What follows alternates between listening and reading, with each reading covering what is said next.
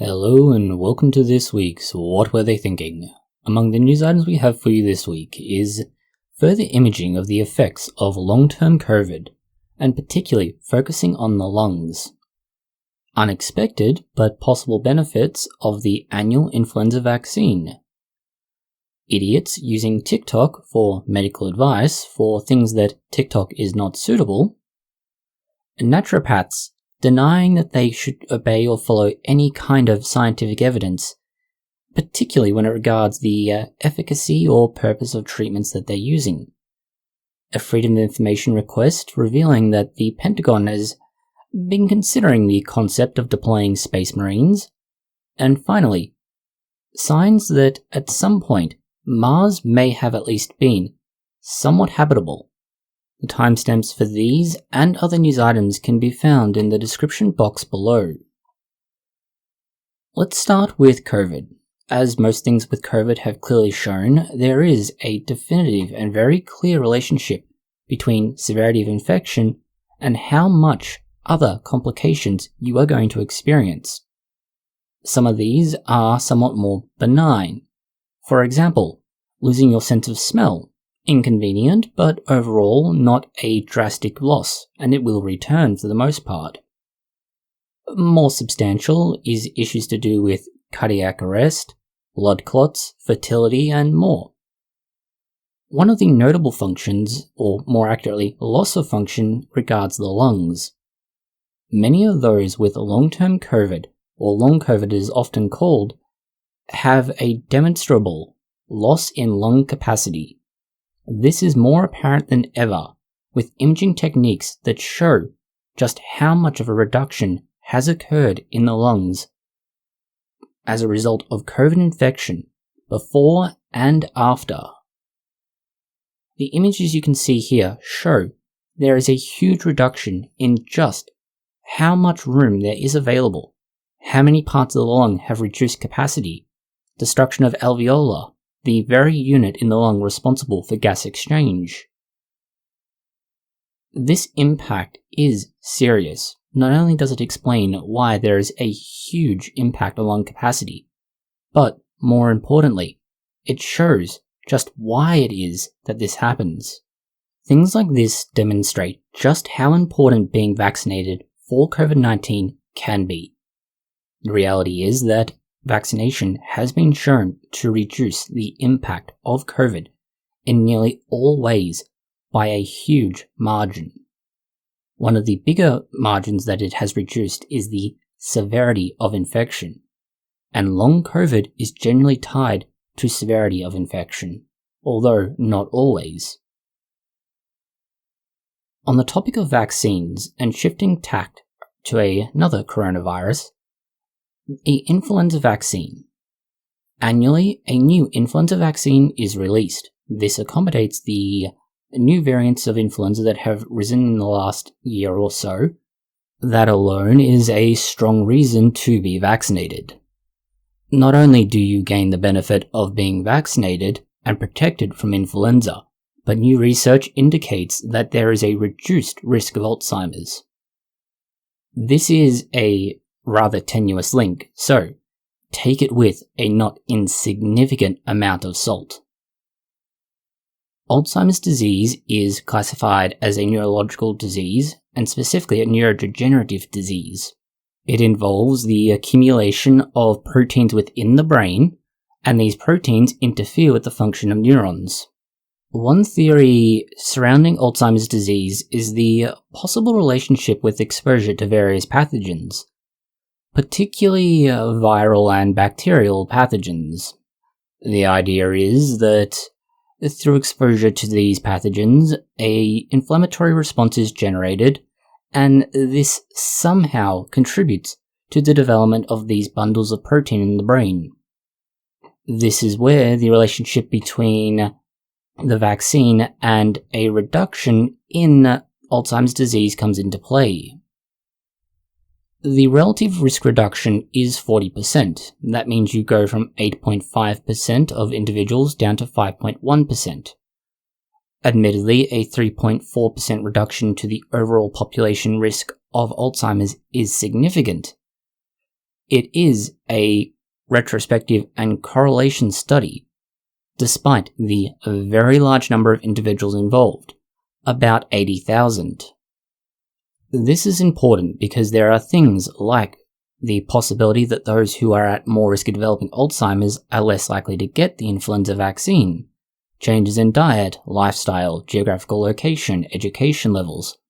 There are all kinds of ways in which this relationship may be proven to have a less than compelling basis behind it.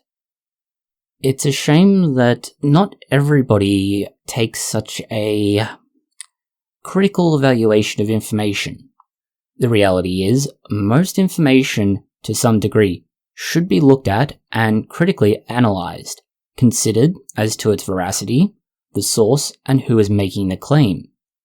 Based on that, a decision as to its value and how much weight should be given to it can be made. One place where this is rarely if ever exercised is on TikTok. The number of people who have engaged in various viral challenges on TikTok makes us quite certain that natural selection is no longer in effect, otherwise these people would be dead. One area where it is especially egregious at the moment is the various TikTok personalities who are trying to push herbal means of abortion. There is a reason why abortion is a medical practice. There is no safe or effective way to do this without medical support, and to a certain degree, and certainly more importantly in this instance, no safe way to do so with any herbal concoction under the sun. Pregnancy is something that is established in the body very quickly after conception. The mechanisms in the body are there to ensure that the developing fetus is not lost. There are hormones that try and do this, and they do it fairly well. In fact, progesterone and estrogen are examples, and they are why the oral contraceptive works. It tricks the body into thinking it's already pregnant, thereby preventing another pregnancy. One benefit this can have is that it can help those who have endometriosis by preventing the process of menstruation, which can induce a lot of pain. One other effect is that if the right hormones in the right way can prevent contractions from being induced. Other ways that this can work is, for example, if you cause a chemical damage to the fetus or placenta. This can also be a consequence of infection. This can then lead to the body trying to expel the developing fetus because it's no longer viable. The tissue has been damaged to such an extent that the body no longer has a way to sustain the pregnancy, or infection has caused a reaction, particularly from the immune system, which leads to it trying to be removed in its entirety. This is all done by particular pharmaceutically developed products. There were, historically, a few herbs that could achieve something similar. However, these herbs had huge side effects and were not safe. Some of the most notable examples of unwanted side effects are sterility, bleeding leading to death, and damage to the liver, brain, and other parts of the body. This is why none of these herbal remedies are used as they were. It is why pharmaceutical science had to develop safe abortificants. TikTok is not somewhere you should be going to for advice, for any reason. It's the same reason you should never consider a naturopath, and this is all the more so for an article coming out of the CBC. The Canadian broadcaster has a very interesting take. They claim that naturopaths are not bound by science. Science doesn't care if they're bound by it because science is true and doesn't rely on any metaphysical pseudoscientific woo to try and justify what's happening. In this case, The naturopath is trying to petition a judge to strike down a ban on the transplant of fecal matter. Yes, for some reason, this naturopath thinks that they have the knowledge, expertise, and means to safely, effectively transplant fecal matter to cure all manner of illnesses.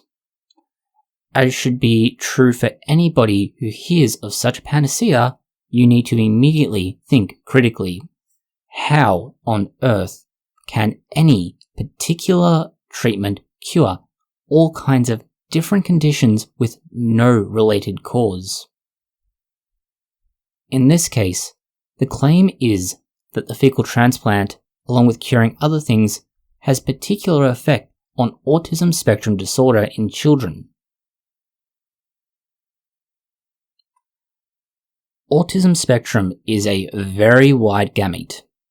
There is very low functioning, very high functioning, and everything in between.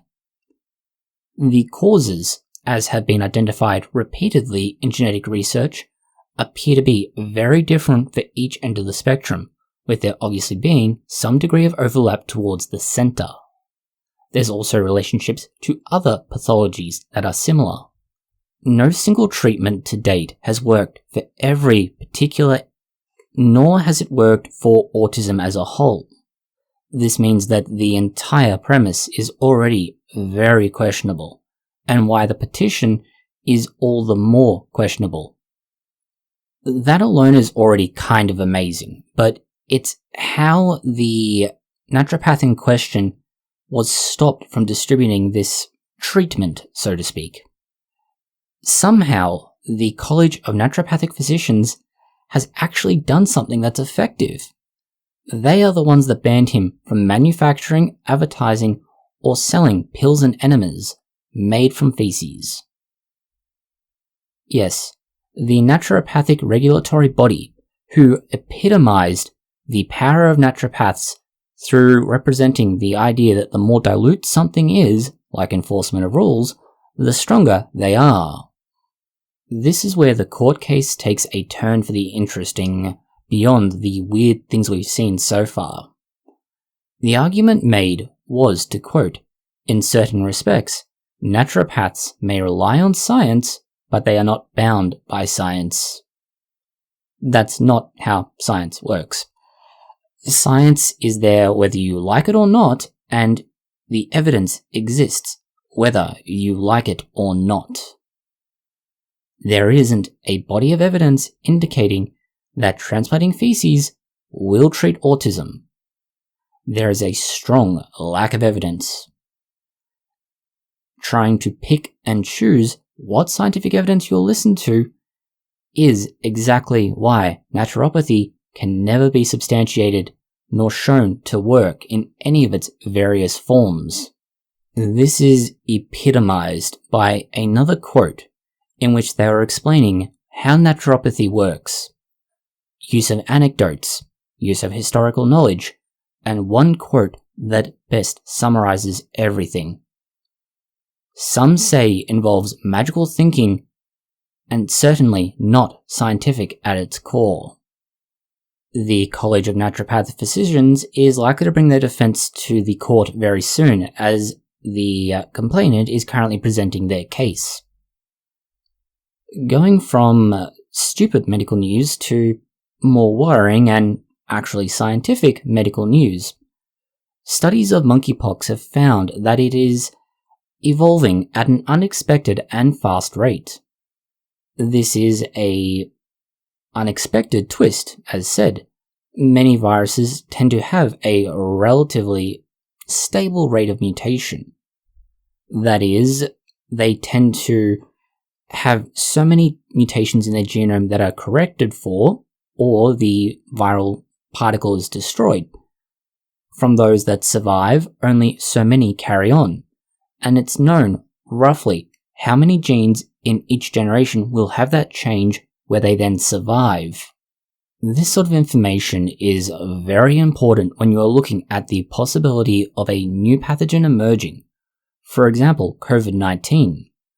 The way it changes is reasonably well known, and we know how frequently we should expect to see a new variant, that being between 4 and 7 months.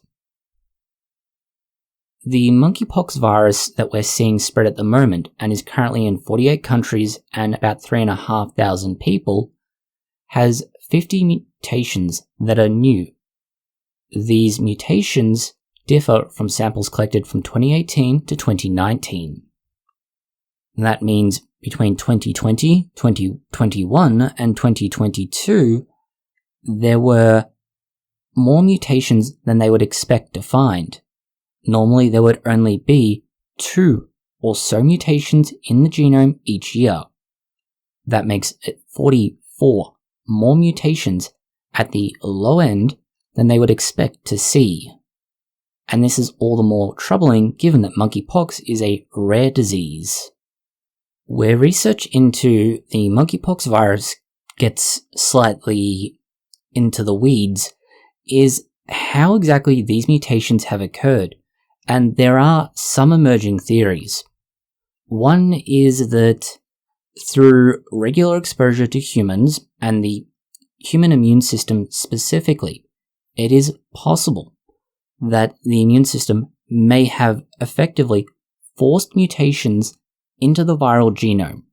This occurs because one of the major mechanisms to fight viruses is an enzyme that is meant to cause mistakes in copying the genome for a virus.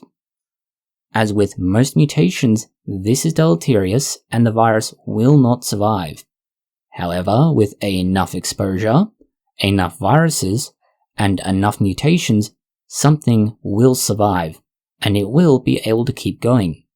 In most cases, this is not necessarily an advantageous mutation.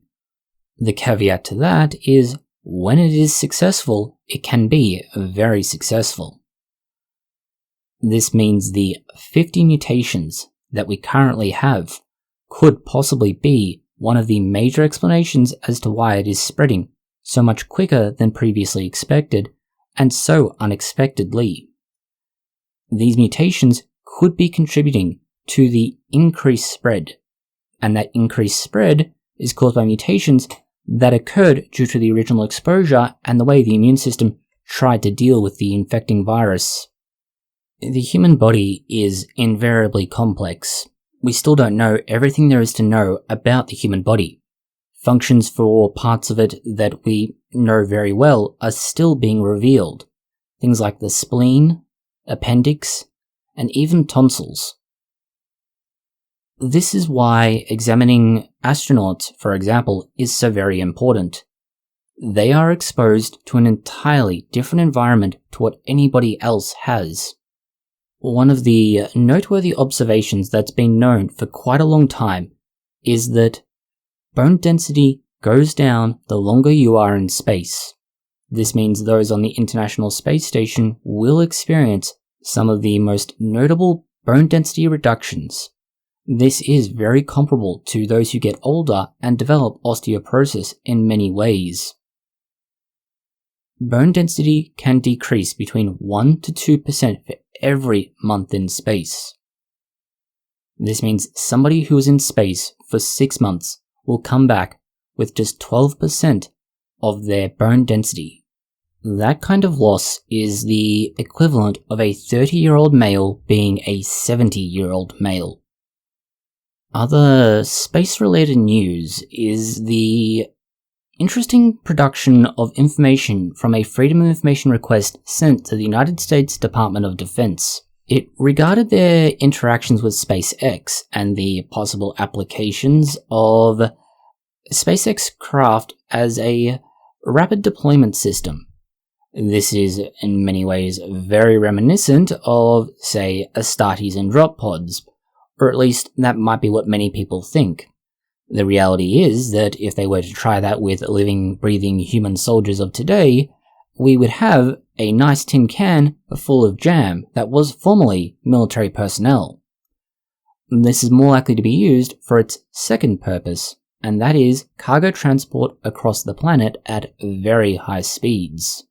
The idea is that they think they could get a payload from anywhere in the US to anywhere else on the Earth in under an hour. At present, the only way they could achieve anything remotely similar was if that same delivery site and the site from which it was coming were within just over 1,000 kilometers or approximately 600 miles of each other. Our final piece of news for you this week builds on the King of Mars's other reputation, and that is Mars as a possible place for life. However, rather than being a new life form in the form of a colony, this is the possibility that Mars could at one point have been habitable for life over a much longer period. Mars has, at least as far as research can find so far, a very strong chance of there at one point having been flowing water. There's also indications that there was, at least at some point, some kind of possibility that could have led to organic life on the planet. The question is, how likely is that to have happened, and would it have been over a long enough time frame for life to have become established? This is where the Mars Reconnaissance Orbiter has been particularly useful.